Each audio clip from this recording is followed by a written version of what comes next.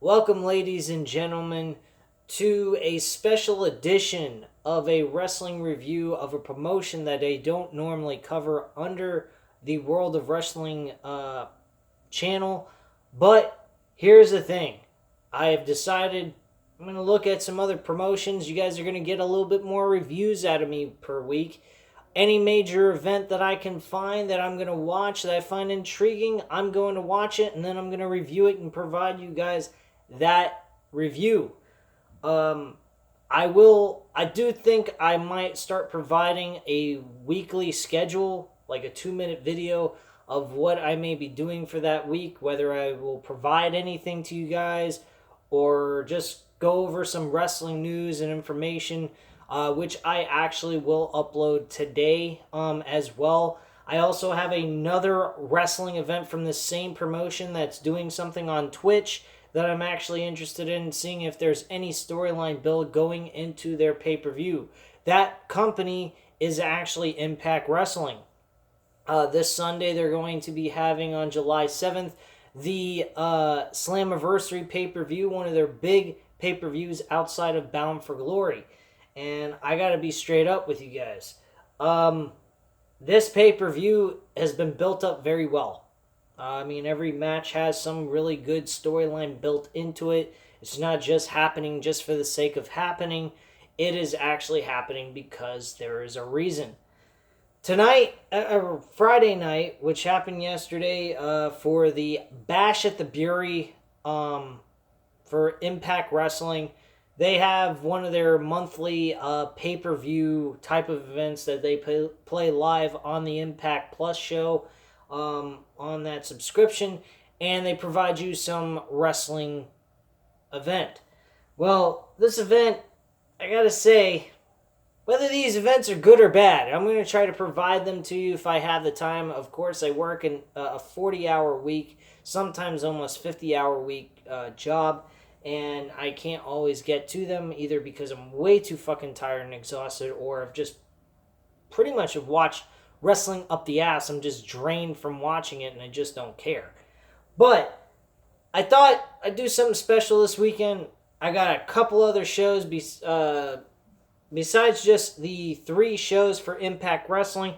There is one other show I want to cover, and that's New Japan Wrestling first round of the G1 Climax tournament, which is taking place in Dallas, Texas. Now, there is a little bit of a problem for me doing that live because of the fact that the New Japan Wrestling World will not provide that to you live. It's only for people that are out of the country of the United States, which I find particularly odd and strange. But whatever, I'm going to watch it on demand. I will probably catch it tomorrow in the afternoon and then provide you guys that event. And just give you my overall rundown of the tournament matches. I'm not going to actually watch. There's actually some tag team matches. I'm going to skip those. I have really no interest in any of those. Unfortunately, the event in Dallas, Texas, though, is not going to contain Jon Moxley in that first round, which I think is kind of stupid because he'd be great for that. He would draw a lot of people to that event. He's a big name, especially a guy that's a former WWE. He's been getting a lot of buzz since CM Punk type of buzz. And I think that was kind of stupid, but no, he is not part of this Dallas, Texas event for the G1 Climax. Find out that a little bit stupid, especially this being the first round of the tournament and trying to determine who's got the most amount of points going into the finals of this G1 Climax. So, I'm not quite sure on that, but let's get on to the Impact Wrestling show for Bash of the Brewery, whatever fucking way you say it, Brewery, and whatever. The Rascals headline the show. It's the Rascals versus, they kick off the show. The Rascals versus Matthew Palmer, Andy Dalton, and Steve-O Reno. This match was great by the Rascals. Their opponents that they faced absolutely sucked. Thankfully, the Rascals won this match. I highly doubt they would have these guys being that they're competing for the tag team titles for Sunday's pay-per-view, that they're going to lose to a unknown tag team trio that nobody gives a flying fuck about because they're in the roster of Reality Wrestling, which Booker T actually runs for that promotion in San Antonio, Texas. That's where this event was taking place. Another thing I didn't like about this was the fact that it was taking place where you could see pallets of shit, not like actual shit, but shit, of things piled up on these pallets as if we're in a fucking warehouse performing in front of an audience, which apparently that might have been the case because they were saying there was no air conditioning at all within the arena, that it was fucking hot as hell. It was like almost 100 degrees in there while they were performing. They sounded a little like WWE at the Super Showdown in Saudi Arabia. So whatever that deal is, I don't know if they're trying to copy off of them or just the case was it was extremely hot in there or whatever. But the setting of the entire arena was that they chose. The venue they chose really sucked. I didn't like that. I also didn't like the cameras they were using. Very, very low grade type of cameras that they were using for this event. I actually have a better camera than they do, which is pretty fucking pathetic. So just the presentation itself from a production standpoint, I didn't particularly like. I thought it was kind of pathetic and really like a amateur type of production that they were using here for this event. So I didn't particularly care for this at all. This matchup, though, by the Rascals, they did a very good job here, performing at a very high level like they always do. So I am not too disappointed with this, but sort of disappointed. But that's not here or there. So the Rascals defeated them. The Andy Dalton, Matthew Palmer, and Steve-O Reno. What I did like about this event was that they provided us storyline telling, building more towards their pay-per-view, going even deeper into this, and giving us some kind of intrigue into the show, even though the show looked terrible. So great job by Impact Wrestling to provide storyline telling to help hype up more towards this pay-per-view and taking more advantage of their airtime leading into this pay-per-view. I hope they continue that in tonight's event on Twitch called Deep Impact, and I hope they utilize that even more. They definitely did something here that altered the match card later on in this show that I will go into with you, which I don't know if I agree with. I kind of do, I kind of don't. But I'll go over it with you guys and tell you what my thoughts on that. But right after this match was over, we get a video package for a heated rivalry between Killer Kross and Eddie Edwards. I actually did like this. This was a very interesting storyline that they're telling here about Eddie Edwards, Eddie Edwards' kendo stick that he named Kenny, which I thought was kind of cool. They're kind of taking the broomstick of Moppy with Perry Saturn and applying it to Eddie Edwards while making Eddie Edwards a Tommy Dreamer type of character that has a schizoid mental breakdown issue in his character where he doesn't really listen to anybody, doesn't have any voice of reason, doesn't really care about nothing. He's just an all-out psychopath who's ready to kill you at any not at a moment's hesitation. Whatever way you want to put it. I'm trying to figure out the words to say because I don't write myself a script to talk to you guys about these events. I just go out and I spit it out to you guys the way I feel. We also get some stuff about Michael Elgin and Moose and fucking Brian Cage. Brian Cage came out there to this event was kind of hyping up his matchup between him and Michael Elgin, which, again, another great, simplistic storyline designed very well by Impact Wrestling Creative. I really thought this was a very intelligent move by Impact, what they were trying to accomplish here. I thought they did an outstanding job trying to build this World Heavyweight title matchup between these two characters.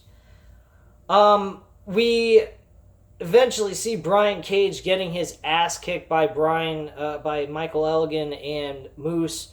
Then it led into even more of a beatdown than it needed to be. Michael Elgin takes a chair, smashes it into the back of Brian Cage.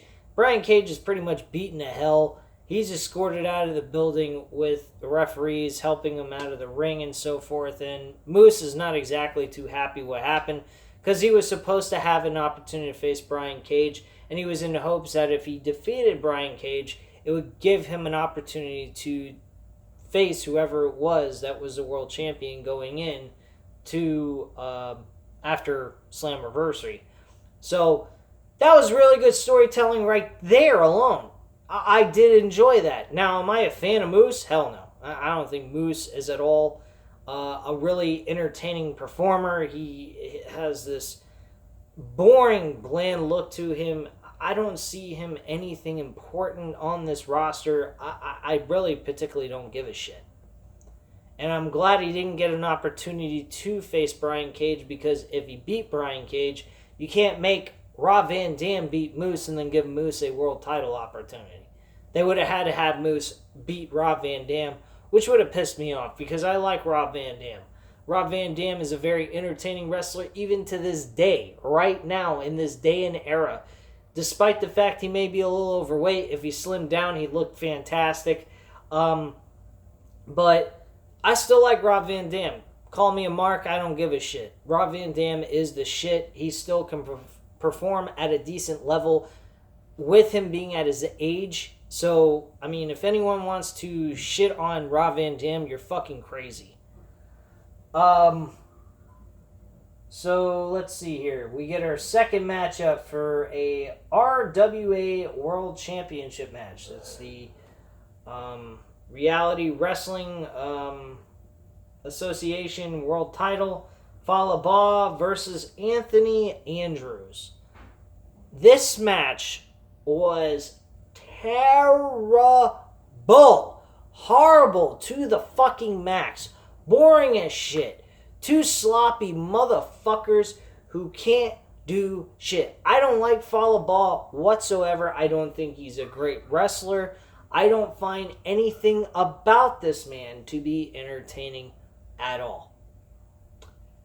Going back to the 6-man tag team match with the Rascals, I'm giving that a 3 out of 5 stars just because of their performance alone. This matchup, though, for the world title of RWA, I'm giving this a 1 out of 5 stars. Fucking pathetic. Disgusting. Couldn't freaking get my interest whatsoever. I think I even skipped through most of this matchup because it was so shitty. So yeah, that match sucked. Next, we had, let's go ahead and get to other things here. Don't mind me, guys, I'm just trying to scroll down through all this bullshit. Alright, so we had Havoc versus Jordan Grace, which led into a distraction by Su Yung, who was in Jessica Havoc's corner, and was trying to prevent Jordan Grace from doing a top rope assault. Well, that led to a disqualification, which then led to Rosemary coming out, protecting Jordan Grace, and allowing them to have a tag team match. Wow, this sounds like a WWE move. What the fuck are we doing here? Wow, that was fucking stupid. Anyway, let's move into a little bit of other things here.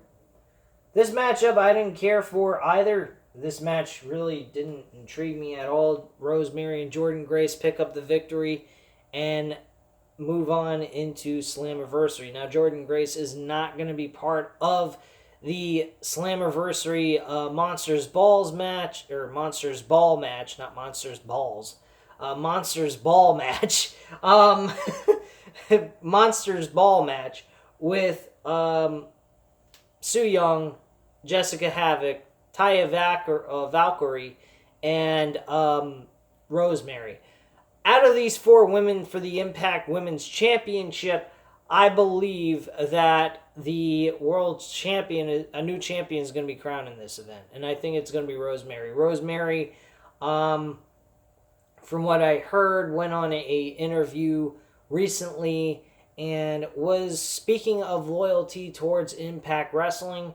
She enjoys working for the company. She's been there for a very long time. I mean, like for 4 or 5 years now, which I understand in comparison to what other superstars have done in working for a specific company like a WWE with, let's just say like fucking Seth Rollins or Roman Reigns or even Dean Ambrose for that matter. Them working for their for WWE for 6-7 years is a long time compared to how many years Rosemary has worked. But here's the thing. Impact Wrestling doesn't get to keep their superstars as long as other promotions do. Don't ask me why. I guess it has to do with a lot of the fact that Impact Wrestling doesn't carry enough money to, keep these guys staying so they can provide for their families. Don't quite understand it, but I mean, I enjoy their stuff here and there, so that's the reason why I'm providing these reviews for this company. Not to mention, as I've already mentioned, this is World of Wrestling, for God's sakes. I should be providing reviews, whether they're good or bad, on any promotion that I can find the time to do. And this is definitely something I had the time to watch, so I checked it out, took a look at it, and here we are right now. This matchup, I give it a 2 out of 5 stars. It wasn't super horrible, but it wasn't all that great. It was very much boring. It really didn't have the interest that I was looking for in it. Now, here's a match I was interested in. And here's the reason why, and it's Tessa Blanchard. Tessa Blanchard is going into Slammiversary to face Sami Callihan one-on-one. Now, here the interesting part is this is an intergender matchup with a female facing a male, which has not been done in a very, very long time. And in Impact Wrestling, this is the first time in history of Impact Wrestling they are providing us a woman versus a man in a ring. The whole storyline is real simple. It's all about equality. Everyone being treated equal, whether you're a male or a female. And they've went to the extreme with this whole promo and this whole storyline build to it, and I absolutely love it. Sami Callihan is the fucking shit on this company. He has everything you're looking for in a wrestler. This guy can go about promoting a fucking match and himself and expanding on it, blowing it up to the max and hyping it up and overinflating it to the fucking sky, man. This guy is by far the best promoting talker on the mic that Impact Wrestling has right now. The only one that even came close or could even compete with Sami Callihan was Eli Drake at the time, and Eli Drake is now on NWA/Ring of Honor because they are joint partners, as well as Ring of Honor's joint partners with New Japan Wrestling. But the point being is, this fucking guy, Sami Callihan, is awesome as shit. He provides a great, intense promos that give you realism to them. But this 6-man tag team matchup with Tessa Blanchard, Willie Mack, and Rich Swann versus OVE, consisting of Jake Chris, Dave Chris, and Madman Fulton, was actually a very entertaining match. These guys went back and forth. Tessa Blanchard played a very strong role in this matchup and also picks up the win for the 1-2-3 pinfall. She was in that ring roughing it up with everyone in there. They were roughing her up, and she was going back and forth. Totally impressive match. She stole the fucking show with this match. I don't know what it is, but Tessa Blanchard is probably right now, in my eyes, the best women wrestler in the world, on the planet. This woman can put on a fucking matchup, and for her to go inside of a ring full of a bunch of grown men who are even way taller and outsize her, probably double the size that she is, she still goes in there and puts on a believable match. When she faces Dave Chris and Jake Chris, my God, she beats the shit out of these two guys. Now, Madman Fulton, he was a little bit of a different story. He was very careful with her. You could tell in the matchup he was trying to protect her. He really was, well, not really protecting her, but being very safe with her in the ring, not giving her any way of getting an injury. He was very safe with her. You could tell they were working together to provide the ability to do this match without injuring her in the process. And I think that was absolutely great by Madman Fulton's part in this match. And this matchup was awesome. 3.5 out of 5 stars I'm going to give it. Tessa Blanchard picked up the victory. I believe she pinned... she actually pinned... Let me see here.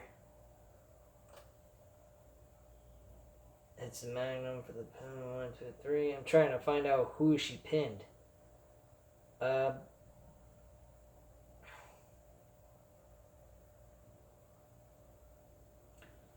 Give me a second. I'm just trying to read this. It looks like Dave Chris was the one who gets hit with the Magnum finishing maneuver by Tessa, and she picks up the 1, 2, 3 on him. And that's how this match ended. I gotta say, she's a very impressive woman. Very good-looking woman as well. And she can fucking wrestle. I think her having a match with freaking Charlotte Flair would be awesome. I mean, she'd run circles around fucking Charlotte Flair, in my opinion. She can do things that Charlotte Flair can't do. Charlotte Flair is not anywhere close to fucking Tessa Blanchard in wrestling ability. This woman can wrestle out her ass. Alright, so let's move on to other matches here. As you go deeper into the show and you get further into the card, the show does progress better and better. But the problem is with this is that it really was poor production mostly. I did enjoy the fact that they did a great job with the storyline telling leading into their pay-per-view matchup, their pay-per-view show for Slammiversary. So I'm very happy with them on that. They did a great job with that. So let's go into Michael Elgin versus Moose versus Eddie Edwards. This matchup wasn't horrible, but it was kind of boring. Moose did pick up the victory over Eddie Edwards. He was the one that got pinned. And you got to go with that. Michael Elgin has to get the victory because of the fact he's going into a matchup that really needs him to have a win under his belt. Granted, the fact that he may be beating the shit out of Brian Cage, he also needs to look strong going in because you want that belief that he might walk in and win the damn world title to begin with, leaving you kind of like not sure who they're going to go with, because either way this is going, it really works out in either one of their favors. So that's a great job on Impact Wrestling's part. I totally agree on their decision making here on what they did in this situation. So great job to them and kudos to them. At the end of the day, I think that the matchup itself, I'm going to give them this matchup, I'm going to give them a 3 out of 5 stars. It just was kind of boring for me. I just didn't care for it so much, but it wasn't horrible either. The decision making, though, by Impact was a great one, and I got to go with that most definitely. Now, this is co-main event of the pay-per-view. per se, or event that I should say here. LAX facing the North, which has Ethan Page and Jason Alexander. Oh no, not Jason. His name's Josh Alexander. Josh Alexander and Ethan Page go up against LAX with Santana and Ortiz. This matchup was very good. Probably the best match the North has ever had in Impact Wrestling right now at this point in their time in Impact Wrestling, period. My problem is, why the fuck did the North win the damn tag titles? Where did they come up to get the ability to win tag team gold? They have not done a damn thing. They've been on a losing streak, and then they get a number one contender shot when they beat another tag team. Now, granted, if you want to throw a tag team in there for them to have a matchup against LAX for a championship belt match going into this shindig, that's fine. I don't have a problem with that. That gives you some kind of really legit match for some entertaining championship gold. But you don't have the North win unless you were having them on a winning streak. Now, the other thing is, this played into storyline telling, changing and altering the match card, making even more interest. Do you think maybe the North may lose the tag titles at this event? Only time will tell. I think at Slammiversary, they're going to lose the tag titles. They made this a triple threat match. They announced it in the main event during the Rob Van Dam, Sami Callihan matchup. And this match here was great. Probably the best match on the card. I give it a 4 out of 5 stars. The North do win. They actually win the tag titles, which pisses me off.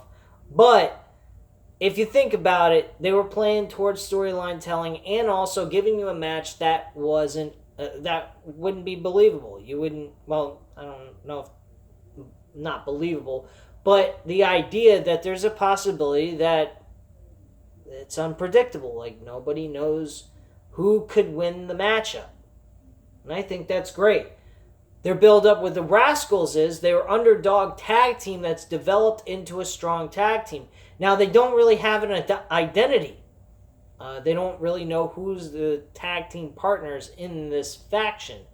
Now, I do realize that they had last night on Impact Wrestling, while the show was fucking on, and I don't know why they're fucking doing something like that. They could have had this show on fucking Saturday night and skip the fucking Twitch event and then just have their event for Slammiversary on Sunday. But they decided not to do that and do this, plus also the pre-recorded fucking show, which makes it look really ridiculous for Impact Wrestling and making them look even more retarded. Now, granted, I may be praising them in some cases, but in other cases, I am stomping the shit out of them. Are they better than WWE? You may ask me right now, because I'm venting about this fucking product and what they've been doing. I will say yes.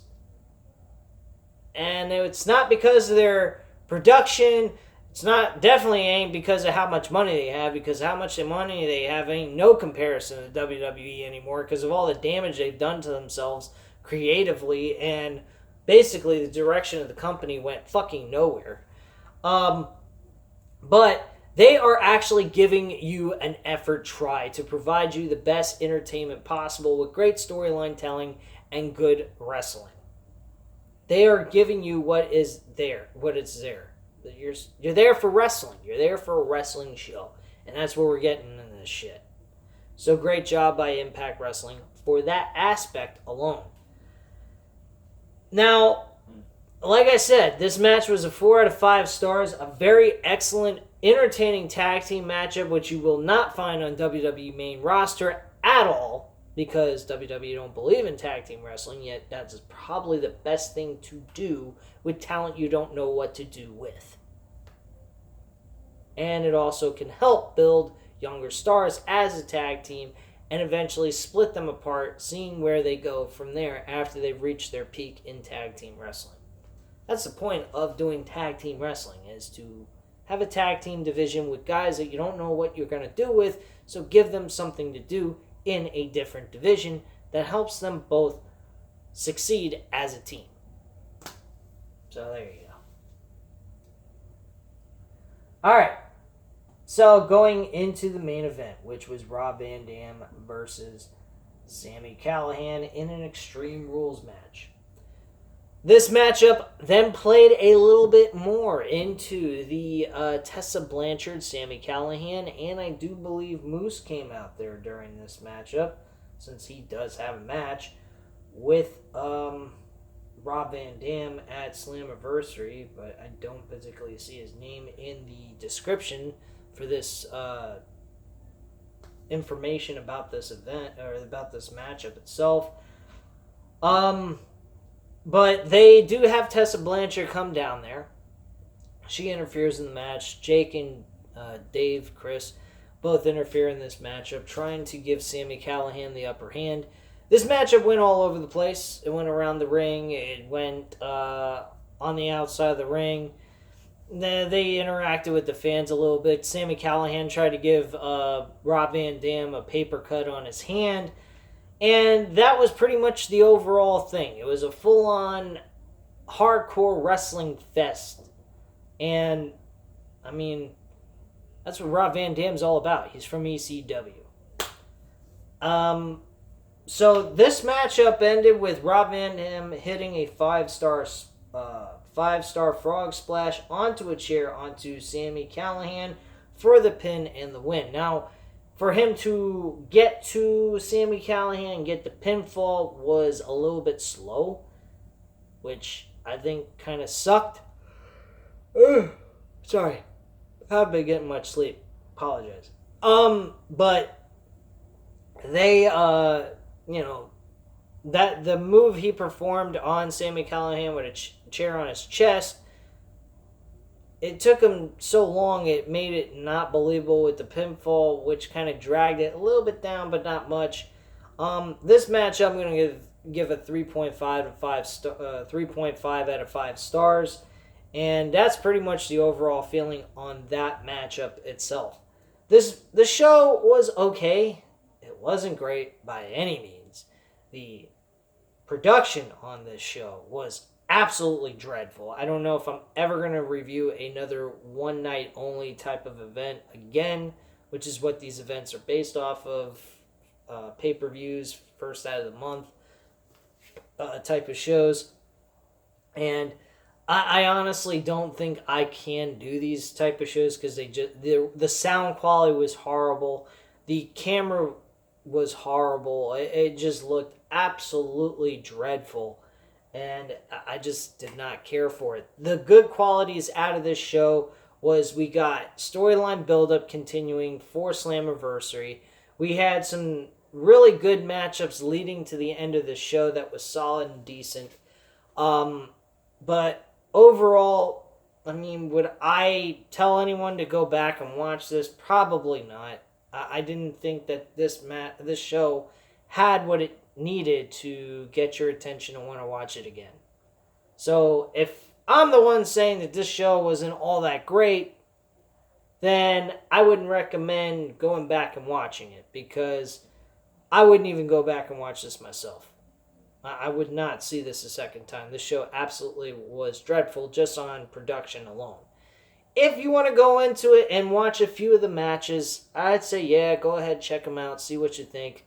But if you're trying to go in there for a full-on event and see how the show looked, you're going to be very disappointed. It's just my overall opinion.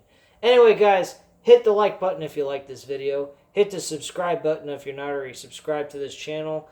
And leave a comment down below, and I'll get back to you on that. And thank you very much for your time, and have a great night, guys. Bye.